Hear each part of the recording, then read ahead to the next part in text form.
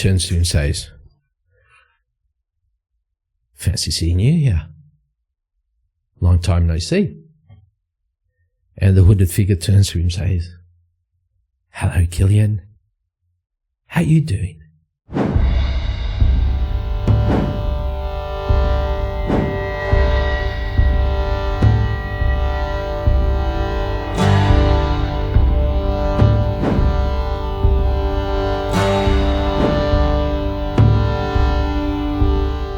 Hello everyone and welcome back to the channel. It is I, Dave, the Tabletop Wanderer.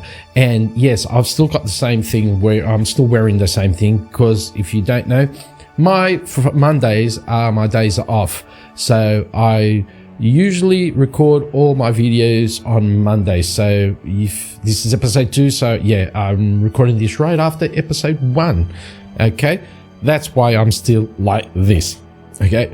Also, didn't mention, I hope you like the background. Yes, I know, it's cool, I know, I like it, but you know, let me know down in the comments what you think. It's better than having a green screen and then doing all that jazz. I just bought this online and hung it up, and it's really, really cool. Killion, last episode, Killion managed to save a damsel in distress. Okay, so today, what we are going to do is we're going to pick up something from Fantasy Solo Roleplaying Framework, okay? That way we can start getting this adventure up and running. So what happens is, so Killion, the next day, is finishing up work at the archive and he's going home. He's walking through the streets, and he happens to hear this bustling in one of the taverns.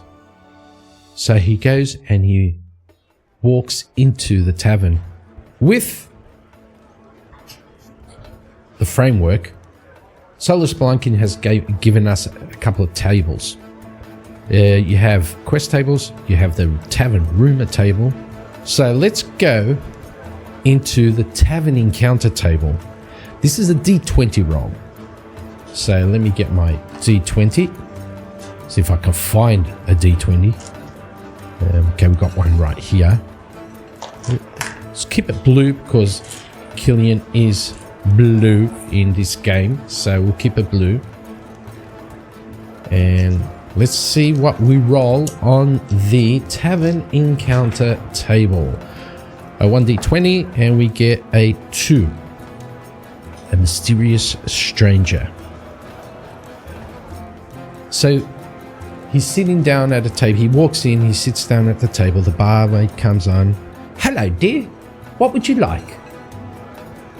And he just looks at her and says, "Nothing too strong, thank you." "Righto," and she moves off. A hooded figure sits alone in the corner, sipping the drink and casting furtive glances around the room. Their intentions unclear. Let's see. So we got a hooded figure. We don't know his intentions. So his intentions are unknown. Okay. Now, does Killion recognize this person? He is hooded, so I'll say that on Moses's GME, you have a yes and no oracle, but you also have oracle options. If you believe the answer to the question has a higher chance of resulting in a yes, then roll 2d6 and keep the lowest number. If you believe it's a no, roll 2d6 and keep the highest number. So, does Killion recognize this figure, this hooded figure? I'm going to say that it's likely of him not knowing the person. So we'll roll 2d6 and we'll keep the highest.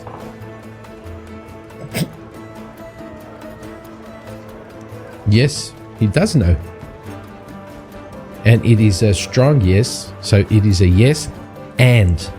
It is a yes and, so we can't take the highest number because it's the same, right? So we go to yes and then it says roll on random event generator and roll on verb and noun table. So we go to the random event generator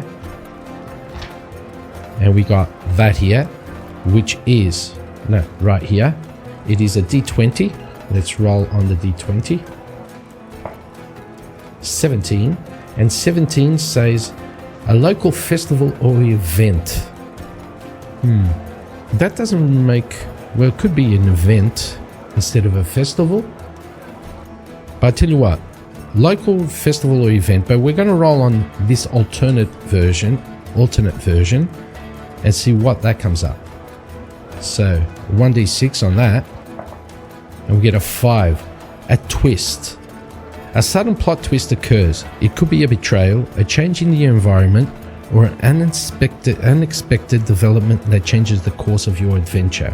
But it also says that we should roll on the verb and noun table. So let's go to the verb and noun table.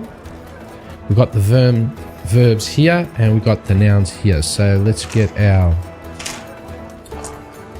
percentage die. So verb 86 is sever, and our noun 86 okay, sever eclipse. Okay, I know what it is. The event is an eclipse. So as Killion is sitting at the bar, in the tavern, sorry, he sees this hooded figure. He does recognize him, and he knows that this fella has something to do with magic. If he does know who it is, who is it? So we do have an NPC generator, right? NPC attitude, motivation, goals, page 12. Let's do that. So the NPC, this hooded figure, so his attitude is 9. He's friendly towards Killion. So he also knows Killion. But we need to find out if he knows Killion as the shadow or Killion as the normal day scribe that works in the archive. We need to figure that out. The motivation for this NPC, 6. Curiosity.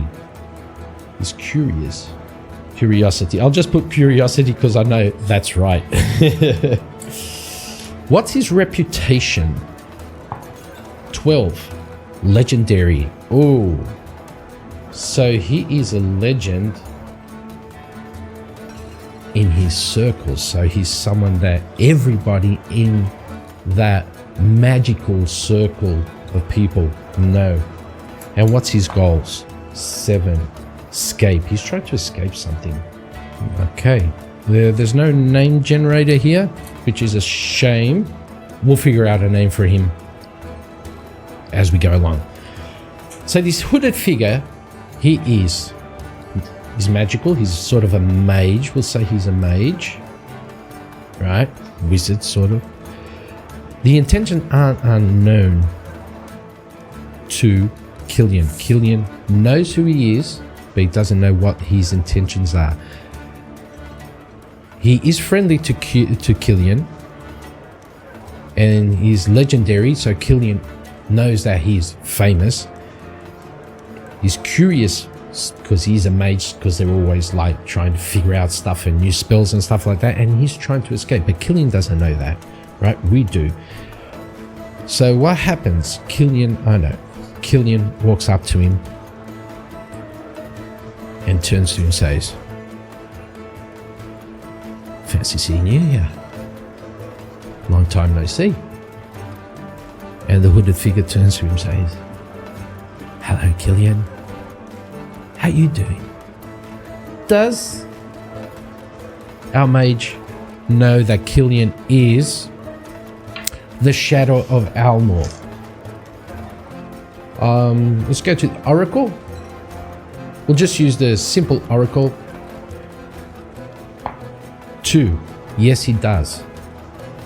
Our mage does know Killion is the shadow of Alnor. So, how have the rooftops been in Alnor?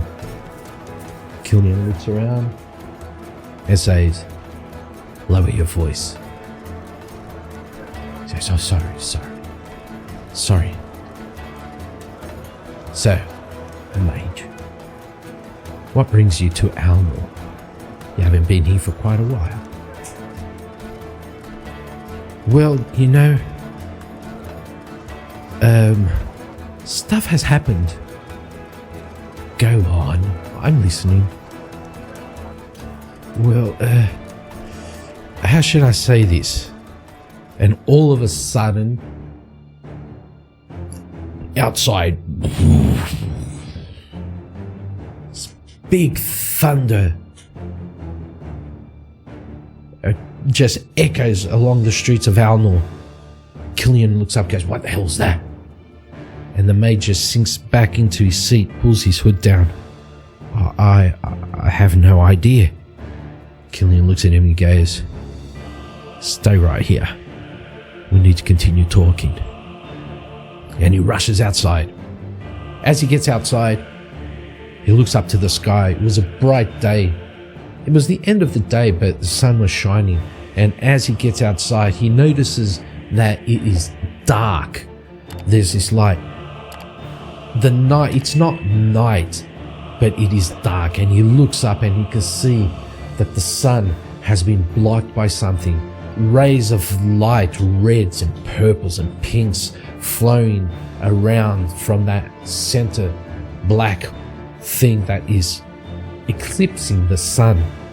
Everybody rushes outside. The streets are full of people. They're all looking up again. They're all gasping. And they're saying, "Oh, what's going on? What's happening? What's happening?" Killion looks up and he sees the eclipse and he turns and walks back inside. And he looks around the tavern and the mage is gone. He's no longer at the table. He's kaput. And Killion just looks around, sees the barmaid who's running towards the door and goes, "Hey, you see the fella that was there with the hooded fella? Where'd he go?" He said, I didn't see anyone, mister. I didn't see anyone. What's going on? Why is everything so dark?" And she rushes right outside, and Killion also goes outside and runs straight home. He gets home and he puts on his armor, puts on the hood, the cape, climbs up and starts jumping roof to roof. He's looking for the hooded figure. He's running, jumping from rooftop to rooftop around the streets, the alleyways and everything around Alnor, and he's heading towards the mage district because he thinks, well, this guy's a mage, he should be going home. Does Killion know where he lives? That's a good question. Does Killion know? Because Killion knows who he is, but does he know where he lives? So let's roll on the Oracle again. 4. No. But we need to roll on the verb and noun. No. No, he doesn't. But 47. Whisper. And on the noun, 92. Serpent. Ooh. Whisper serpent. So he doesn't know where the mage's house is. So that is a no.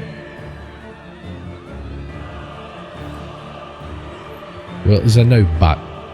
And as he's jumping along the rooftops, he gets into the mage district, the wizardry district, because Alnor has a couple of districts. It's got the Wizardry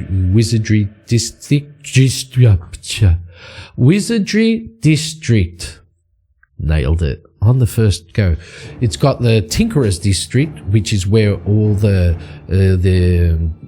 like the goblins and the halflings, or the harefoots in this case, and all the dwarves, they make all their little stuff and sell stuff and like that. It's got the Central District, which is sort of the government of the whole country of Darwin. That's the like main center.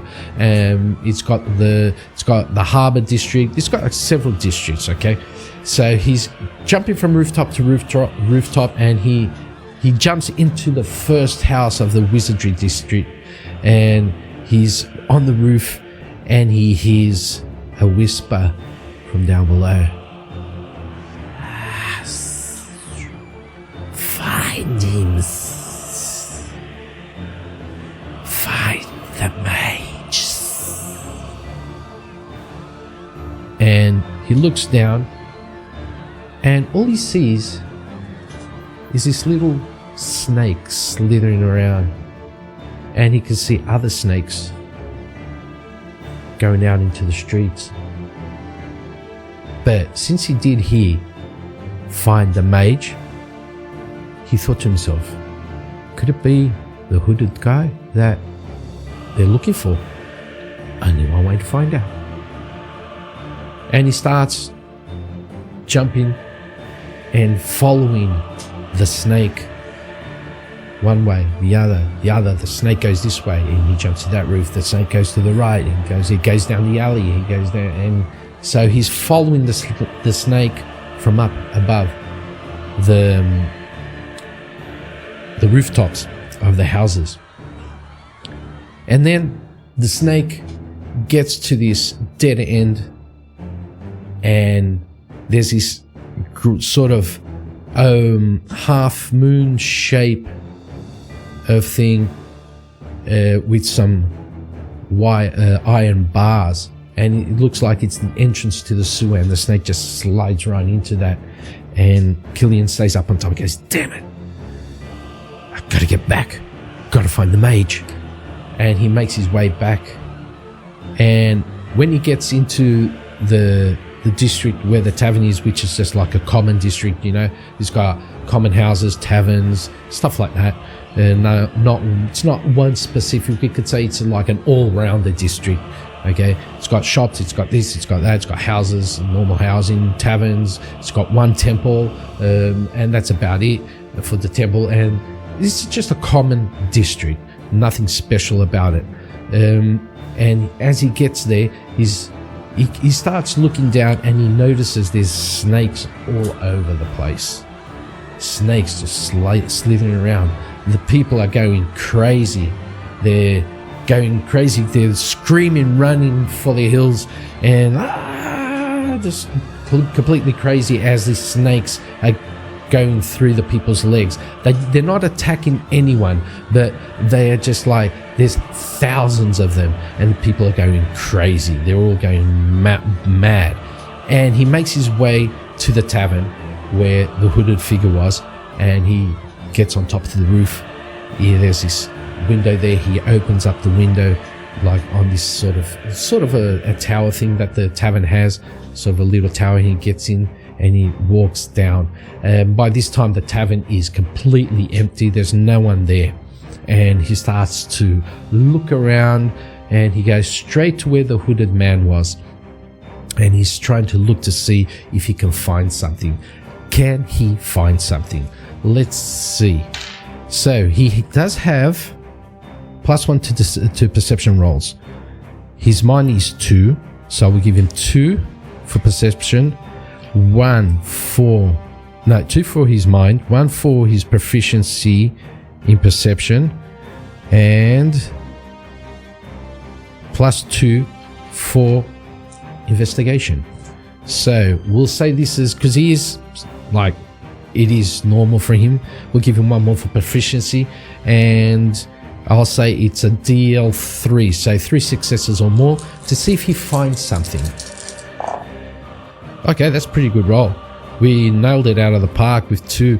We got 6 + 2, 2 exploding dice. That's another exploding dice. That's another exploding dice. So that's 8. 8, 9. Okay, he has found what he wanted exactly. So what does he want? Let's see. What does he find? Does he find like a piece of cloth or a... No, let's not say piece of cloth. Let me see. What does this have to generate stuff? Does this have secret discovery system? Okay, let's see. How does that work? So secret discovery system. You get a clue dice, a special d6, a d6 die that is a different color than the rest. That player rolls periodically to see if they uncover a clue related to a secret.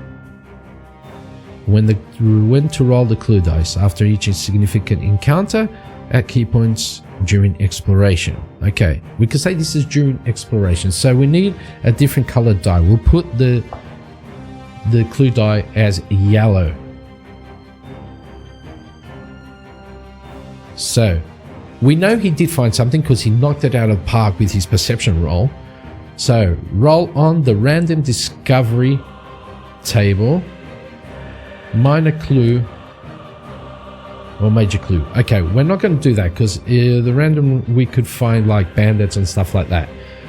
Let's see what the minor clue says. Minor clue, scrap a map, major book, symbol, a major clue, complete map. Okay, since he did get his perception roll positive, so he did get 9 successes, we can say that he got a major clue. Okay, we can get a major clue or maybe a minor clue. Let's say a minor clue. So let's roll on the minor clue table and he gets a 2. An ancient symbol, a strange symbol carved into a nearby object. Ooh, okay. So as Killion is looking around, trying to find something like an artifact or a piece of jewelry from the mage, or maybe the mage, as he was running off, his cloak or his garment got stuck and it ripped a bit. He starts looking at everything and he notices on the side of the table something cut into it. And he turns on his side and he looks on the side of the table. And he can see that what's being carved there is a symbol. And the symbol has a symbol of a tree, this small tree, and then behind it, this round circle, and wrapped around on the, well, not wrapped around because he wouldn't have one. So he's got the tree, behind it he's got the circle, and on the ground there's a snake. And he looks at that and he takes out this sort of notebook that he has, and he pushes the paper up against it, gets his charcoal and rubs it, and he makes an imprint on the paper, and he stands and looks at that, and he hears a noise at the door, and he just runs back up the tower, out to the roof, and goes back home. As he's getting home, he gets home, he takes out and puts out everything on the table. He takes off his armor and gets into his daily gear, and he starts looking at the paper. He looks at the paper, and does he recognize the symbol? Let's see if he recognizes the symbol. I'm going to say that it's very likely that he doesn't recognize the symbol. So we'll take 2 die and we'll keep the highest. So it doesn't, I'll say that it's likely that he doesn't know the symbol. 5, we'll take the highest. 5 is a no. So no, he does not know the symbol. It's something completely oblivious to him. So it is a tree. There we go. So that's the clue. That was it. The clue was an ancient symbol. It's a tree. It has the sun in the background and a snake slithering on the ground. and he doesn't know what the symbol is.